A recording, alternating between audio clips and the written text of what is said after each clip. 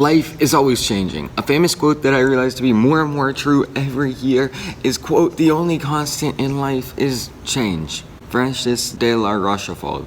I've never heard of this man in my life, but obviously he's pretty wise.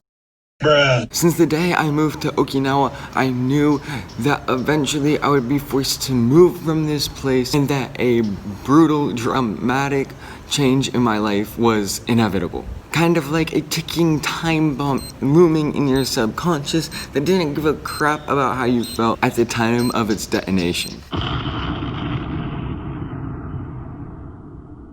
I've known in my head around the exact date that I'm gonna be moving for about this past 6 months now, but I didn't accept that in my heart until today, about 2 weeks before I'm gonna be forced away from Okinawa to travel across the world back to America, possibly to never see Okinawa again.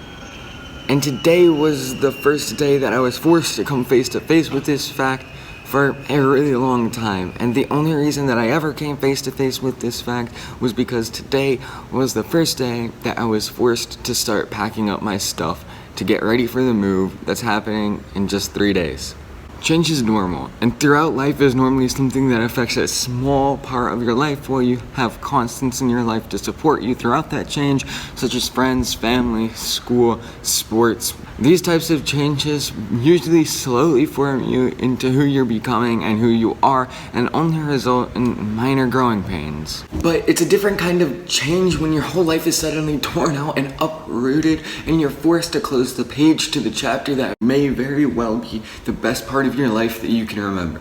Throughout the past month and even the first portion of today, I've been hyping up this move so much. Like, come on. I get to move back to the States, get my driver's license in a car, get a job, meet hot chicks, not worry if someone knows English or not, right? Yeah, that's what I thought. Until I realized with all of that, I have to also put away and turn the page on what very well be the best part of my life that I can remember, and I am gonna be forced to leave behind some of the best friends that I've ever had. And the thing about change that I hate the most is the fact that I don't have a say in it. No matter what you're going through, that has to be by far the worst part about change.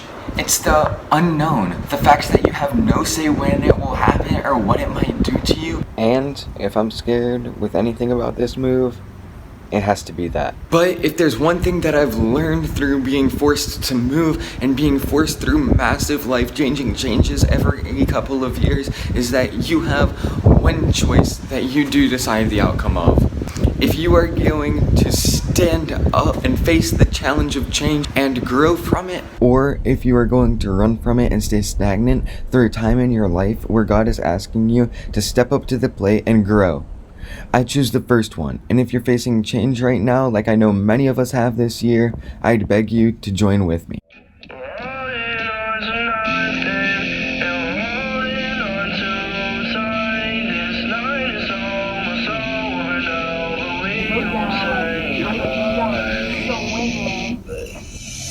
I walked into the party alone. Go. My ex called me on the phone. Broken bottles can't break my heart tonight. Oh no, so take a shot with me and we'll go on and on and on and on. Take shots with me and we'll go on and on. We're holding on tonight, baby.